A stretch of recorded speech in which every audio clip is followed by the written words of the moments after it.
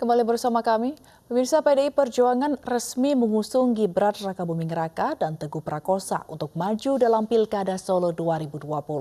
Pengumuman disampaikan siang tadi secara online.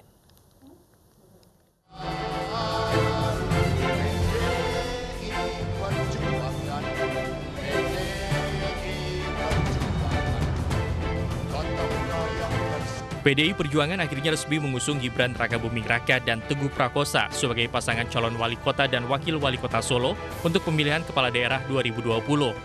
Keputusan dibacakan secara online dalam pengumuman tahap kedua calon kepala daerah dan wakil kepala daerah Pilkada serentak 2020.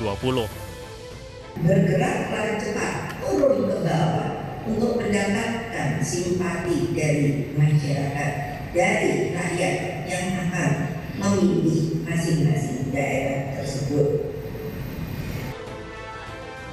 Sementara itu, Gibran Rakabuming Raka dan Teguh Prakosa mendatangi kantor DPD PDI Perjuangan Jawa Tengah di Semarang. Putra sulung Presiden Jokowi mengaku siap mengemban amanah dari Dewan Pimpinan Pusat PDI Perjuangan. Gibran juga berencana akan bertemu dengan Ahmad Purnomo, bakal calon wali kota Surakarta yang tidak jadi direkomendasikan DPP PDIP. Sudah pernah ketemu Pak Purnomo, Mas? Nanti rencana minggu depan mau menghadap Pak Purnomo, Pak. Oh, nanti dari pulang dari sini. Kapan, Mas? Minggu depan? Ya, menunggu arahan Pak Ketua. Ya, betul. Di sisi lain, Ketua DPC PDI Perjuangan Solo yang ikut datang ke kantor DPD mengatakan mantap mendukung dan akan memenangkan Gibran dalam pemilihan wali kota Surakarta. Tim Liputan iNews melaporkan. Ketua DPC PDI Perjuangan Surakarta, FX Rudi Hadiatmo yakin pasangan calon wali kota Gibran dan Teguh Prakosa akan menang dalam pemilihan wali kota Surakarta. Sementara putra sulung Presiden Jokowi, Gibran, mengatakan relawan yang sudah terbentuk akan bekerja sama dengan kader Partai PDI Perjuangan. Beneran menang kosong, menangan. Lebih berat mana, Pak? Independen. Saya tidak pernah bicara mengenteng remehkan lawan, enggak. Semua berat. Yang paling penting adalah gotong royong untuk meraih suara sebanyak-banyaknya. Ya. Berarti Pak, kembali ke relawan itu. Berarti komando utama dari partai, relawan ikut partai itu. Lah iyalah. Lah kalau yang datang itu partai kok. Relawan mesti harus tunduk pada tim pemenangan. Kalau relawan itu kan mau bergerak sendiri boleh, namun mesti koordinasi dengan, jangan sampai tumpuk. Mau melakukan kegiatan di sana, tidak koordinasi dengan tim pemenangan, kebetulan kita sama di sana, ini hasil buang-buang anggaran, namun perolehan suaranya sama. Oh iya, ya seperti yang dibilang Pak Ketua tadi, relawan yang sudah saya bentuk itu nanti akan menginduk ke partai, semuanya akan koordinasi. Semua menuju arahan Pak Rudi dan Pak Putut. Dan saya rasa kita bisa bekerja secara bersinergi bisa. Gibran Rakabuming Raka terjun ke dunia politik mengikuti jejak ayahnya. Meski sempat bersitegang dengan Ketua DPC PDI Perjuangan Solo, Gibran tetap belusukan keluar masuk kampung untuk mendulang suara.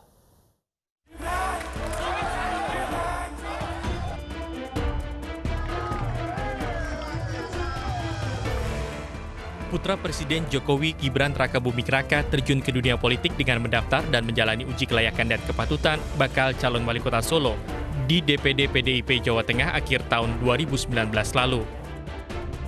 Uji kelayakan dan kepatutan digelar serentak bagi 219 bakal calon kepala daerah se-Jawa Tengah dari PDI Perjuangan pada akhir tahun 2019. Meski hasil survei lembaga riset Median yang dirilis pada pertengahan Desember 2019 menyatakan elektabilitas Gibran masih di bawah kandidat petahana Ahmad Purnomo. Namun Gibran tak gentar, ia pun mulai turun belusukan mengikuti jejak ayahnya. Gibran mulai belusukan keluar masuk kampung di Solo untuk memperkenalkan diri.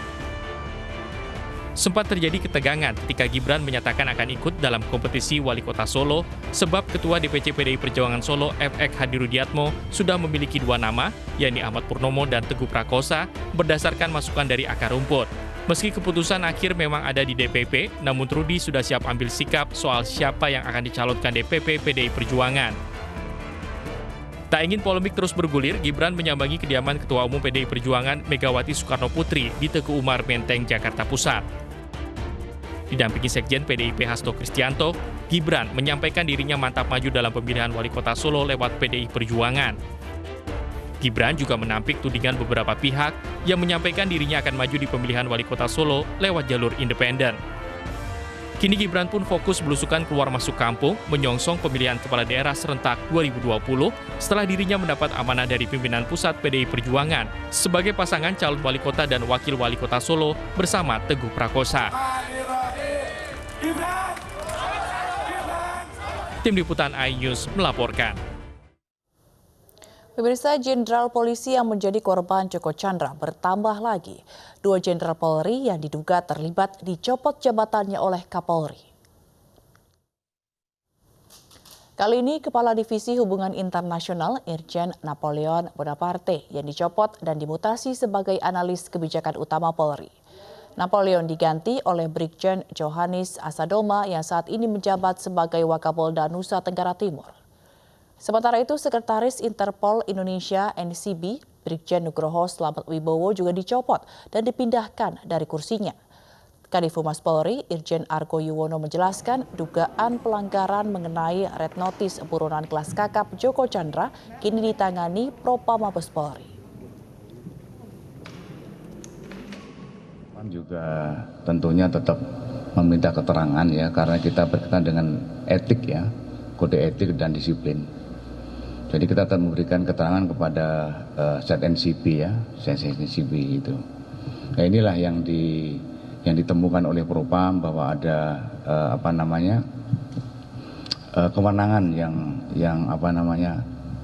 yang seharusnya itu dilaporkan kepada pimpinan, dia tidak melaporkan di sana. Makanya kita kenakan kode etik ya di sana gitu. Dan tentunya ya namanya surat menanyakan berkaitan dengan red notice itu adalah dari penyidik yang mengajukan, itu seharusnya menanyakan itu. Dari dan pengangkatan dalam jabatan di lingkungan Polri Jakarta pada tanggal 15 Juli 2000.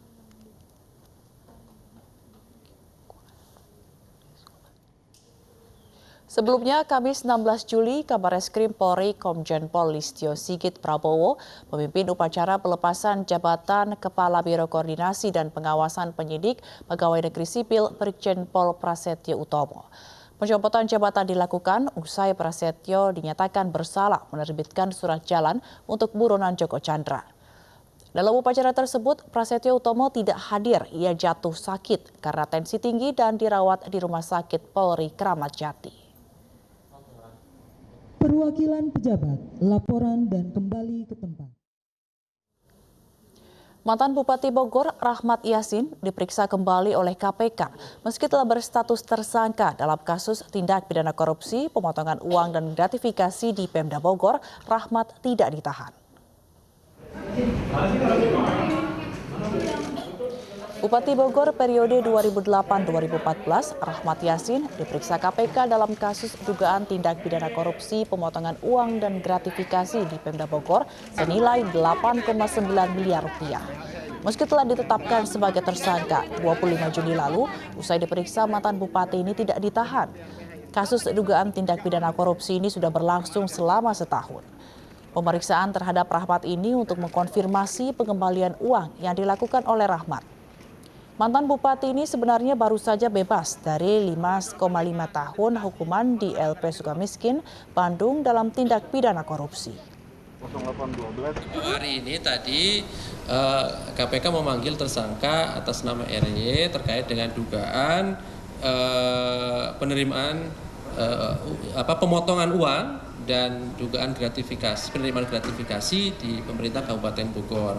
Hari ini tadi hadir memenuhi panggilan penyidik KPK dan dikonfirmasi terkait dengan adanya pengembalian uang sejumlah 8,9 miliar oleh tersangka RY kepada KPK.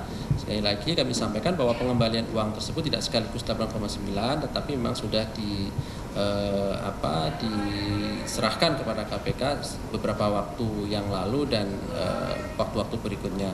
Nah, kemudian KPK nanti akan melakukan pemeriksaan kembali terhadap yang bersangkutan, sedangkan mengenai waktunya tentu nanti akan.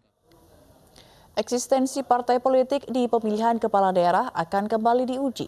Meski di tengah pandemi COVID-19, partai politik mulai aktif mempersiapkan calon yang akan diusung untuk maju dalam kontestasi tersebut. Tidak terkecuali bagi Partai Perindo yang menempatkan 409 kadernya di DPRD provinsi dan kabupaten kota di seluruh Indonesia.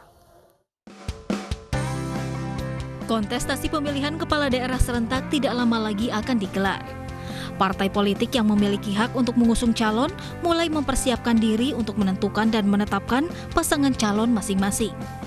Tidak terkecuali bagi Partai Perindo. Jelang pelaksanaan Pilkada serentak, Partai Perindo kembali mengeluarkan surat rekomendasi mengusung pasangan calon. Kali ini Partai pimpinan Haritanu Sudibyo ini mengusung Muhammad Yusuf Kohar untuk maju sebagai Wali Kota Bandar Lampung berpasangan dengan Tulus Purnomo Wibowo. Kalau Bandar Lampung itu adalah merupakan kota jasa, kota perdagangan. Nah, tapi kita akan mengembangkan yang namanya kota pariwisata. Karena Bandar Lampung itu kan ada laut, ada gunung, ada bukit, ya kan. Terus ada yang namanya kulinernya juga. Terus ada destinasi wisata alam yang harus kita kembangkan. Pertama itu kita lihat dari hasil survei ya. Hasil survei ini Pak Yusuf Kohar emang tinggi, nomor 2. Keduanya itu dari masyarakat Kota Bandar Lampung sendiri sangat mendukung pasangan ini. Mereka berharap pasangan Pak Yusuf dengan Pak Tulus ini menjadi wakil wali kota dan wakil wali kota Bandar Lampung. Kehadiran Partai Perindo dalam kontestasi Pilkada serentak akan memberikan nuansa baru dalam dunia perpolitikan tanah air. Apalagi partai ini mampu menempatkan 409 kadernya di DPRD provinsi dan kabupaten kota di seluruh Indonesia. Tim Liputan iNews melaporkan.